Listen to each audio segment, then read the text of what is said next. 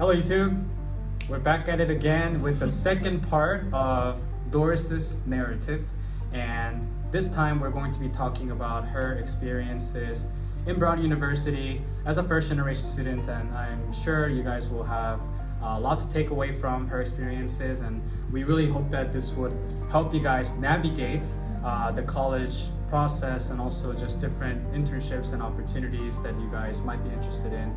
And so please tune in and like and subscribe. Like and subscribe. All right, let's get straight to the topic. So yeah, Doris, tell us a little bit about your just general college experience and some of the, I guess, most highlighted experience that you think were very valuable about. Something that maybe some people won't.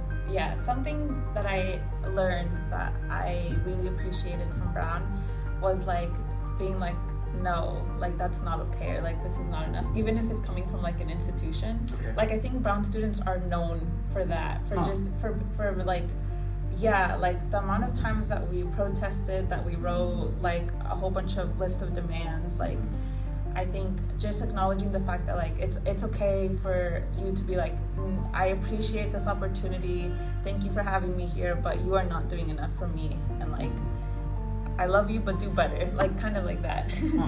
Can you give us an example as to like some of the actual things that you guys maybe petitioned or requested? I think that the people that came before me, which are Alexis and Monica, they were two of the people that really put forth all the work where they fought to have like a first gen center and to have more resources for first gen students, because we are not that many people on campus, and even when we did have the center, it would be a situation where like people would be like, oh, there's a new study room in the library, so let's go hang out there. Like we had no like we were not seeing on campus, it felt like. Yeah, so for that one, I think there was a lot of like interaction with deans, things like that. Right. Yeah, which again, like that was a lot of like the older students in the year above me and like 2 years above me that made that happen. And then when it came to us, it was just with like engaging with the center and like continuing to go to workshops, engaging with the community, more like that. Like making sure that Brown knew like, yes, this is meaningful, like we are using this. You know, to a certain extent, did you guys have some sort of like a, support system in terms of like maybe even having like a room for you and like maybe the first generation organization, or so to speak? So tell us a little bit more about what made it feel for you guys to like not feel like you guys were part of the campus, the greater kind of the institution around. If that makes sense. I think it was just different things, down to like asking for resources, like being like, hey, like even for the people that you give a full ride to, like maybe you don't help with books, or like you don't help with food, being like, hey, like we live in a town where these things aren't like cheap, like you need to, like awesome that you're including these students, but then you need to keep in mind like what that actually means. Doing things like that, and also just like your experience as a first-gen student in an Ivy League is not gonna be the same as like someone who comes from privilege. Sure. Like you're gonna probably have more mental health hurdles, you're gonna struggle to fit in, you're gonna struggle to acclimate to all the courses, and like being able to speak up for yourself. Like these are all things that I think that's why the center was so important, just for us to have like a space to talk about those things. Tell us a little bit more about your kind of navigating process as a first generational student, right? So besides like needing, books and needing all these, maybe financial support as well as like the institutional support, how did you as a first generation student navigate throughout your Brown experience? It's a big question. I would say honestly very similarly to high school. Like I found my support system, which was not instantaneous. Like it was like a trial and error, like who you could like bond with, like understand each other, and then like like as far as like people your same age, like other students, but then also like in faculty, which means a lot when you're a student at Browning, for you to feel like maybe you don't belong there, and having like a faculty believe in you is a lot. But I think it was like, yeah, it was very similar. It was hard. Like the first semester was like awesome, like it was pretty good, I did pretty good, but then after that things started getting really rough, and it was like, oh my goodness, like this is catching up with me. Like I was moving on to courses that my classmates were still like it was reviewed for them, but for me it was just like it just was going over my head. And I think that I also like I've had professors, I've had even deans who, it's not because they didn't mean well, I don't think, but they were just like, hey, listen, like you picked like one of the hardest majors, like are you sure you don't want to change to like a different one? Like there's one that they kept suggesting, which I'm not gonna say because I think that it doesn't mean that it was easier. Right. It had its own, yeah, but yeah, they would offer like medical leaves left and right. They were like, are you sure, like just go home, take a break, like do better. And again, I had to find my friends, I had to find the like Dean Targan, just like the two people that were in faculty and that were like, no, like I believe in you, like you got this. And that helped me. Like every time they offered it, I'd be like, no, like I'm gonna stay, and I'm gonna stay in this major, and like I know it's gonna be hard, but I want to stay. Yeah, I would say just about every semester I had someone talk to me about switching out of the major. Wow. Even more pressure and perhaps like discouragement from the very institution that you're part of, which that must have been really, pushing yourself against the current, which definitely makes it only harder, right? Yeah. Well, I didn't even ask you about this, but what was your major in college? I did neuroscience. Neuroscience. And besides that, what was your track based on, and what did you want to become as a product of graduating from that major? I still am on the pre-med track, but I really cared about development and how it's how social biological factors affect development, both like speaking neurologically, but also as far as like mood disorders and things like that aren't always like physical. So that's kind of what I focused on. Yeah. Great. So let's move on to the research opportunities, internships, and even extracurricular activities, things besides academics. What were some of your highlighted experiences / some of the things that you want to share throughout your experiences in Brown? My two favorite ones were Beam, which were teaching at, I was teaching first graders. After school, they were all like English learners, so I would teach them English and social sciences after school. And yeah, that one was great because of course it's always good to just be with kids who just see you as a person, not anything you're supposed to be, just a person. Right. Yeah. And then the second one would probably be the salsa team. Yeah. Yeah, that was a good like self-care. Like every Friday at 5 we had self-care, like we just had a dance and forget about everything. Yeah, that helped me get through the first 2 years for sure. That's awesome.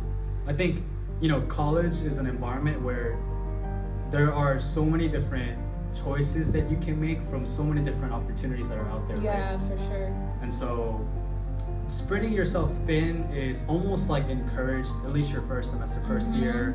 And it's great. Like I think it's part of like the learning curve process, and you go out there, you meet more people, but it's also important to kind of regather yourself and really kind of prioritize, because you only have one body, you only have 24 hours in a day, and you can't really do everything and anything in a college situation. Perhaps prioritizing and really making sure to have that comfort zone, so to speak, to fall back on is just as important.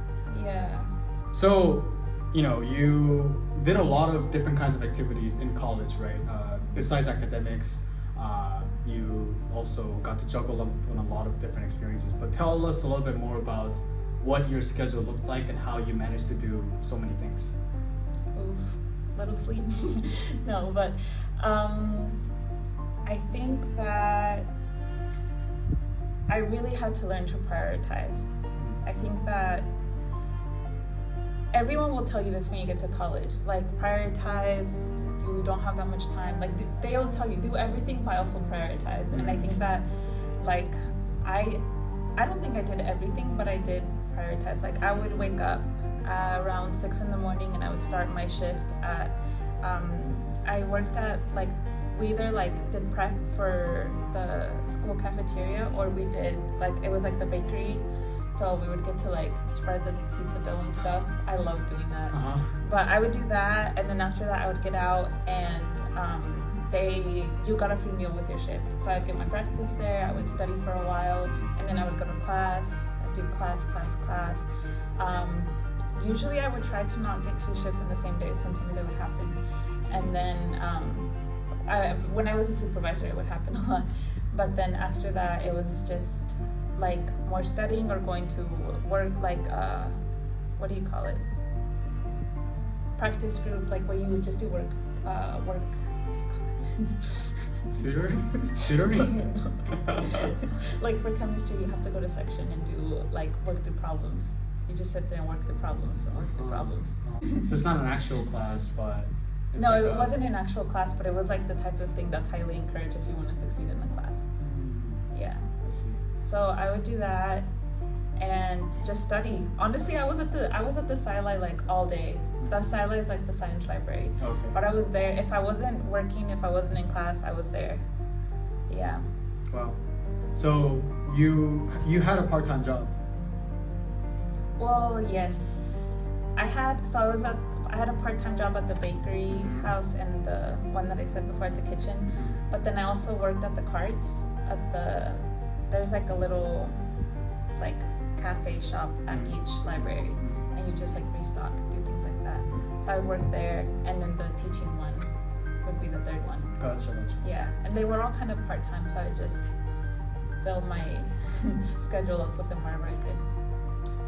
You know, it's tough to be a full-time student for one, but adding on all these part-time jobs, you know, even though it may seem manageable, and I know that, you know, you are able to really prioritize and you are able to do a lot of these different things, being flexible, but I'm sure it was really tough too. What was your, I guess, headspace like, you know, having to carry all these extra burdens, so to speak? Because I'm sure a lot of other Brown, you know, students at Brown were not doing 3 part-time jobs while studying full-time. So tell us a little bit about that part of your narrative. I guess sometimes I would get like frustrated, but I would get frustrated because like it comes to the point, obviously eventually with practice you find a balance, but before that happens, you realize you're putting too much time into work, and you realize that by getting a bad grade on an exam. Right. It's not something that you just have an insight one day, like you would take a hit to your grade. Yeah, I would say at times I did feel frustrated because I would see classmates who had so much time to study, and I would be like, I wish that I could just study that much, because I know that if I did, I would do better in my classes. But on the other hand, I think, my parents have always worked so hard, and like it's been such a given that they were gonna work that hard that they didn't complain. It's just something that they did. So I tried to keep that mindset and just be like, this might be painful or frustrating, but like just keep going, and I would just be like, I'd be like, we're almost at break, or like the weekend, something, you know. Just try to fixate on something that would be like a treat yourself time. Right. Yeah, it was very hard though. Yeah. Yeah, and you were a resident advisor as well, right? Or for the summer, yeah. For the summer. Gotcha. Yeah, it's tough. I think being in a college setting where you have a lot of work to do, and you know, sometimes deadlines are not always something that you kind of plan for yourself, right? Sometimes they can be crammed in like a 1 month period or 2 week period or even a week. Yeah. Sometimes you might have a lot more free time and you're just kind of like, well, maybe I can just take a little break, and you know, it's really hard, and you need to find that what works for you best. And yeah, I'm sure that was really tough for you. But what are some of the things that you would advise to all of the college students right now, planning for their courses, planning for their schedule? And you mentioned priority too, which is huge in college. Planning for their priorities, different priorities in life. But how would you kind of mentor them and advise them in terms of doing that? I think the first thing I would say would just be like just ask anyone and everyone, people who are similar to you, people who are doing similar things that you are. Like I think the more I was at Brown, the more I grew comfortable with asking, like, hey, like I want to take these 3 classes and like do these 2 things, and people would be like, don't, like, that's bad, like I've done that class before, it's gonna eat up all your time.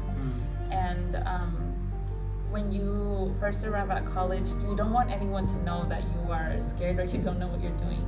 So you don't want to ask, and you want to just be strong and just be like, I'll figure it out, because that's what you've done all of your life for some people. But yeah, I think my biggest advice is to just understand that like asking for help or for advice is not a sign of weakness or a sign that you're not supposed to be there.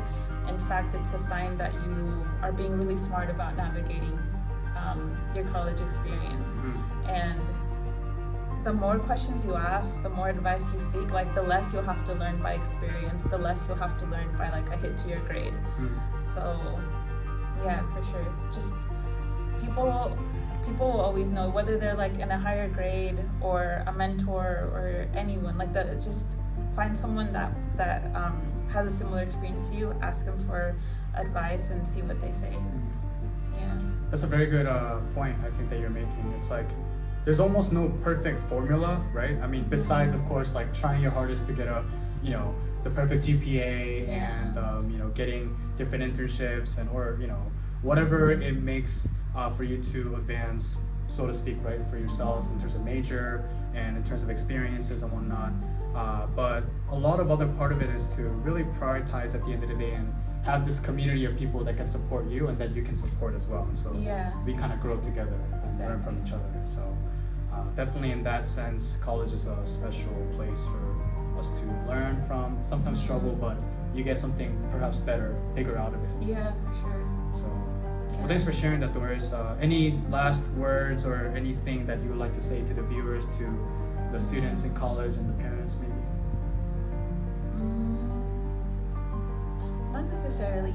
Just, it'll be okay. Even when it feels like everything's falling apart, when you feel like, oh my goodness, like all the people that said I shouldn't be here, they were right. Like even then, just have faith and keep going. Things will be okay.